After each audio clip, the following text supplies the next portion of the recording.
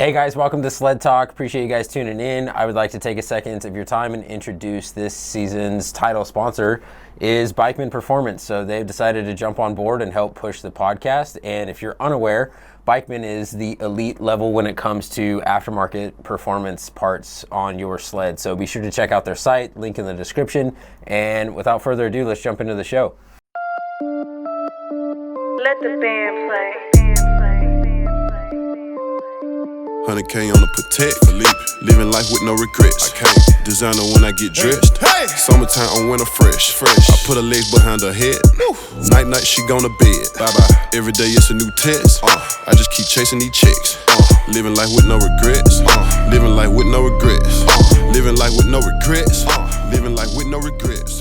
Sled Talk listeners, welcome back. Appreciate you guys tuning in again, regardless of what platform you're on. Appreciate you guys being here. We are doing another episode with Q&A, so Jeff is popping off with a handful of questions from Instagram followers. So we'll jump right into it. I actually just received one 13 minutes ago because it's up, so let's start with that one, Jeff. Right on top. This one's from Carbon Pursuit. Hell yeah. Killer company. Which companies do you see leading the aftermarket parts industry over the next 3 years?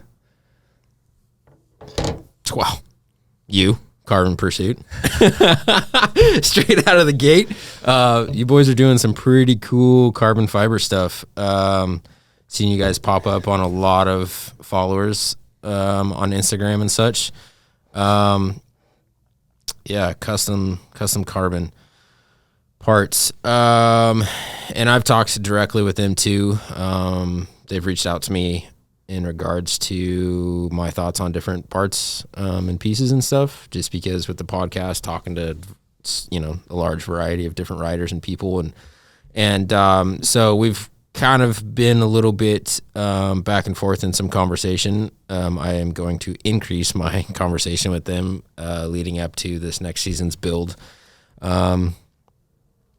So yeah, Carbon Pursuits,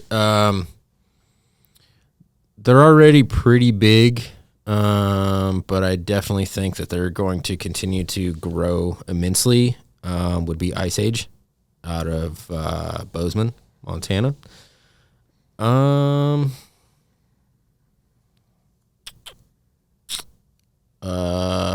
Potentially SledSend. Besides that,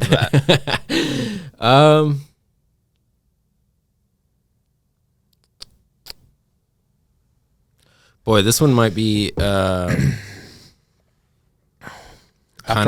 What was the question again? Aftermarket parts. Which companies do you see leading the aftermarket parts industry over the next 3 years?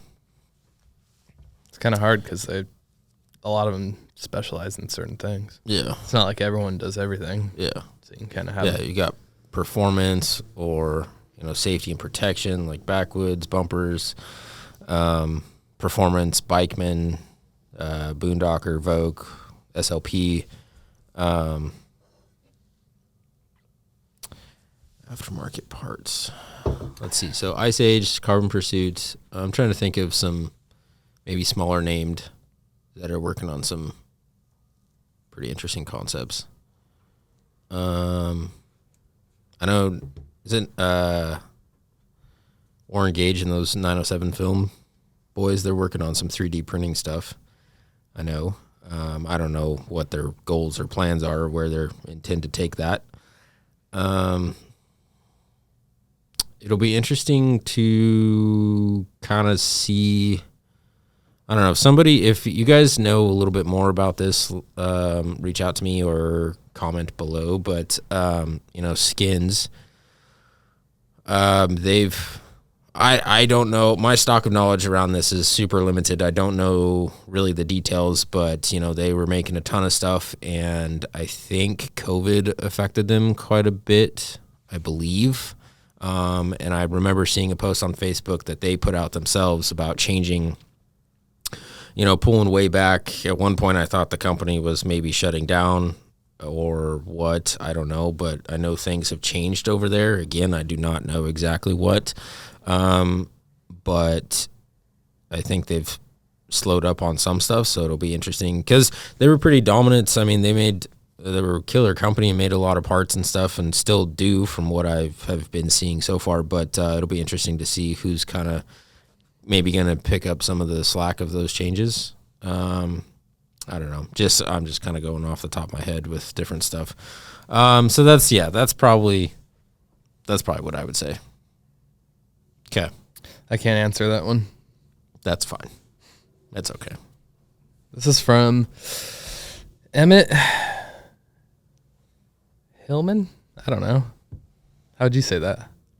Heilman? Heilman. Emmett Heilman? Heilman? Yeah, probably. God, I'm bad at... You asked the wrong person to do this. Slaughtering everyone's name.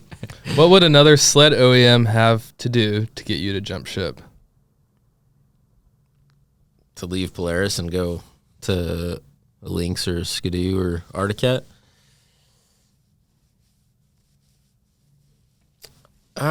He's too far gone, I think. Me? Yeah. I don't think there's anything anyone would do. It's like me and my football team. Yeah. You know what I mean? Yeah, I don't know. Unless Polaris really starts putting out shit or something. Yeah. That'd be probably the only... It'd probably be what could Polaris do to make you jump ship versus like what... Yeah. That's a good way to put it. I mean, I don't know. I haven't spent much time on other sleds. I've spent a little bit on Arctic Cat and Skidoo. I didn't care for them, but I also didn't spend more than an hour on them. So I just am super comfortable on a Polaris. And another factor, too, is I like to build mod sleds. And so I already know a lot about Polaris and a lot of how to do that, and I've already set up with all the tools necessary for a Polaris. I just think they look the best. I think they handle the best. It's just a preference thing. I mean, Polaris to me is, what my GMC is to me also. So yeah. I don't ever want to leave a GMC unless they totally just crap out. Well, it's also like me with camera stuff. Like I don't really. Yeah, it's like you going to a Nikon. Yeah, I don't want to switch to something after I've invested all this money in Canon lenses. I'll use a camera that's not Canon as long as it's got the Canon mount for the lenses, right? Yeah. So it's like you're already like that one, right? Yeah, like the Black Magic. It's like you're already familiar with Polaris and how to work on them and things like that. And sounds like some of your stuff will be interchangeable from your current sled to your next one. So it's like that's another reason that's hard to switch. I think. Yeah, it'd be really difficult. I'll say this: Polaris would totally just have to shit the bed for me to leave. Yeah, it's what would Polaris do wrong? And I mean totally shit the bed, right? Like you've got people that, Polaris was behind on snow checks and people jump ship and went to Skidoo. Yeah. Right? Like that's not going to make me leave Polaris. Yeah. And I'm not talking crap about anybody that did, like to each their own. But for me, like it would take a lot more than just not getting a snow check to leave Polaris. Yeah. I mean, I like the sleds. You'd have to be themselves. in a scenario where you didn't have a sled and you snow checked and it wasn't coming in. So you're like, I'll just go buy something else. Yeah, which, I mean... Or buy last year's model. That was the case for a lot of people, right? Like, because you could look at it this way. Like, I'm about to sell my sled, right? And hopefully snow check one or two more. Yeah. And if those don't come in and I don't have a sled at all, then it's like, well, crap. But, I don't know. I'd have to be in that trench to speak on it because, like I've said in the previous podcast, even if I'm not actually riding... I'm still so consumed by SledSend in the business aspect, right? Like, so I'm still, maybe I'm not necessarily on the snow, but I'm still really, really involved in the industry. So. All right, next question. Our boy Snow Derby. Travis, my guy. Says, had a deep day today, which was yesterday. Yeah. And ran out of fuel way too early. How much extra fuel are you packing? Yeah. You never pack extra fuel. You actually have an aftermarket tank that has less fuel. Yep. Yes, I'm running the Skins lightweight tank, so and the low seat and stuff. So it's only I think it's only like 9.5 gallon. So I think it's like a gallon less than stock. Yeah, I've never ever packed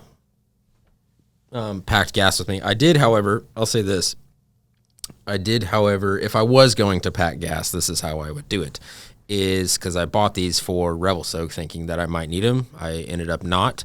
But the brand is called Giant Loop, and it's like these canvas dry bags that are really sick. You can get them on Amazon, but I will say this. They are not cheap. They make them in a 1 gallon, a 2 gallon, a 3 gallon, and a 5 gallon.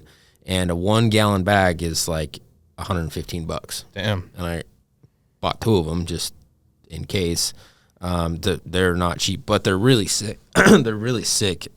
Like a really heavy duty canvas, waterproof or leak proof gas bags. They're pretty sick. That's how I would go about carrying my gas. How deep is your deepest day? Who asked that? I just added it You? in. Yeah. How deep is my... It's probably in December last year, maybe. Dude, yes. That was my deepest day. That was 4 feet. all of 4 feet of Yeah. fresh bottomless powder. That was a deep day, dude.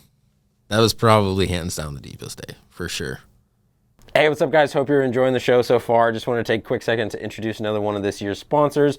We got RSI, so whether you need handlebars or grips, seat covers, controls, etc., doesn't matter. Use SledSend 2023 at checkout for 15% off your next order. Have you ever been with anyone that's ran out of fuel? Not completely ran out, but pretty low and had to steal some. Yes. Steal some, huh? Well, steal some from another. Siphoned out of someone's sled at a snow park or what? Well, just If you're watching this, it was him. no, I've never. Nope. I saw you follow Axel Hodges, right? On DirtSend, I do, yeah. I don't care what account you follow him on. I just not on that account very often, so I don't see all of his stuff. Someone siphoned all of the diesel out of his truck. Really? Yeah, and he was it was the second time it's happened, and he said in like a couple of weeks or something. Do you think it was buttery? That's funny. No, I don't think no. But he was filling it up, and it was $175 to fill his truck up. Yeah. Ouch. In California, obviously.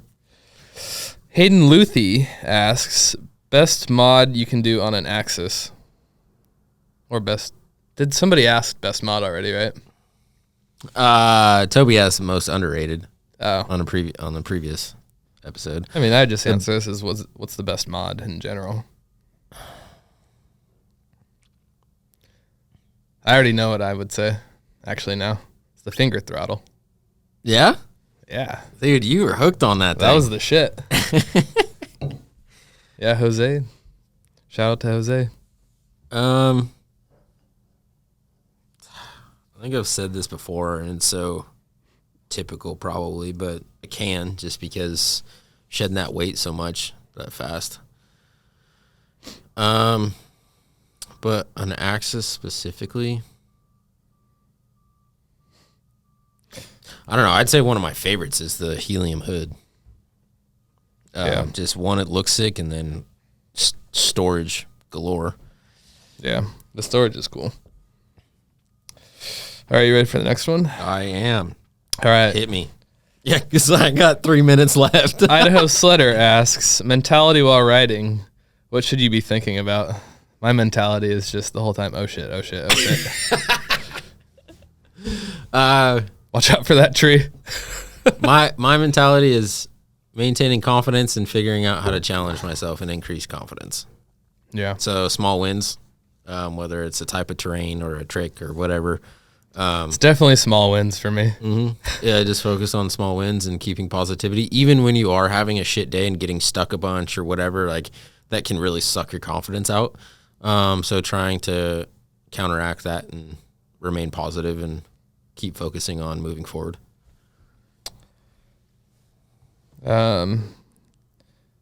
His next question is, I like this one. Favorite part of hosting the podcast for you guys?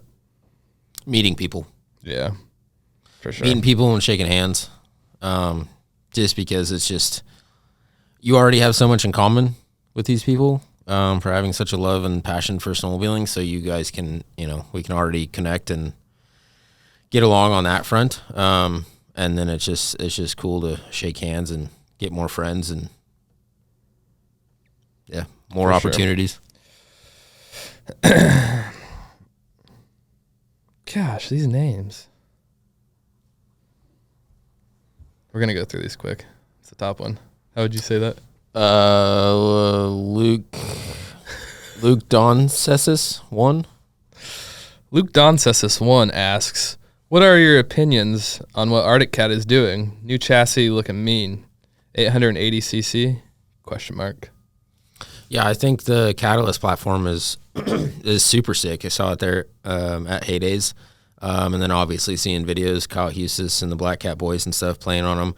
I think they're sick. I'm really, really excited because a lot of people, myself included, jokingly, have dogged Arctic Cat quite a bit over the last few years. And I said this to somebody, I think it was Tom, maybe, diehard Arctic Cat guy, that I think Arctic Cat's going to start making some really, really big changes. And a lot of people that talked major shit might end up putting their foot in their mouth. Yeah.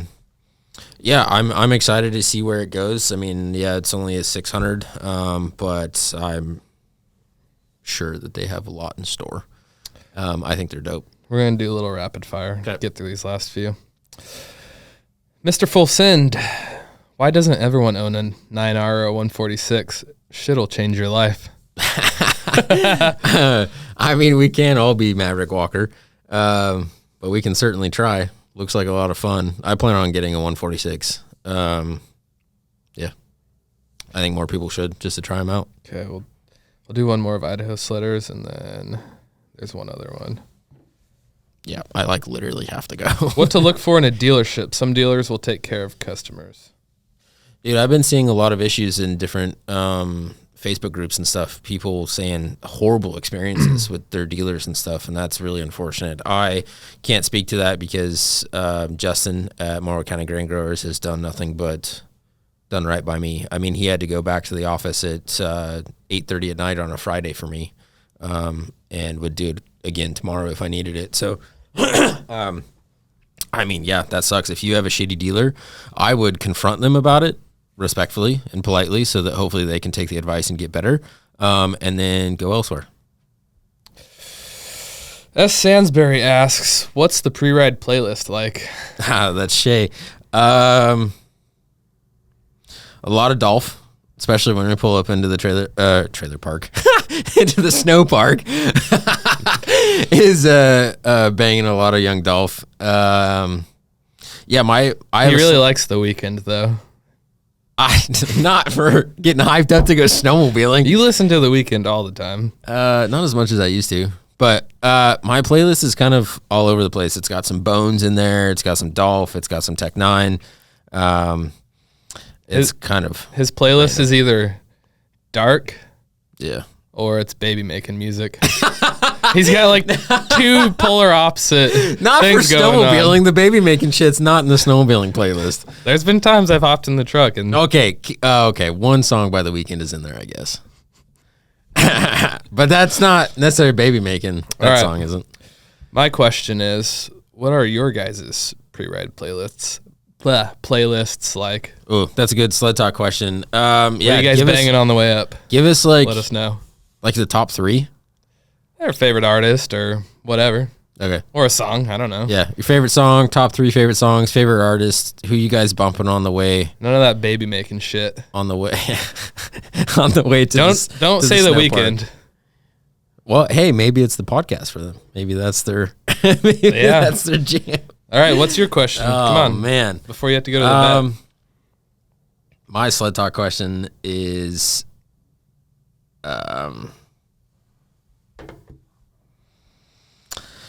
Best tips and tricks and advice. For you listeners and viewers, what are the best tips, tricks, and advice that you guys want to give directly to Jeff on how to do a bow tie because he's attempting them tomorrow? Comment below best tips and tricks on doing a bow tie so that Jeff can read through those and progress his skill set. Perfect. Awesome. Sled Talk listeners, that wraps up this episode. Appreciate you guys tuning in, and we'll catch you on the next one. Living life with no regrets. I can't designer when I get dressed. Summertime on winter fresh. I put her legs behind her head.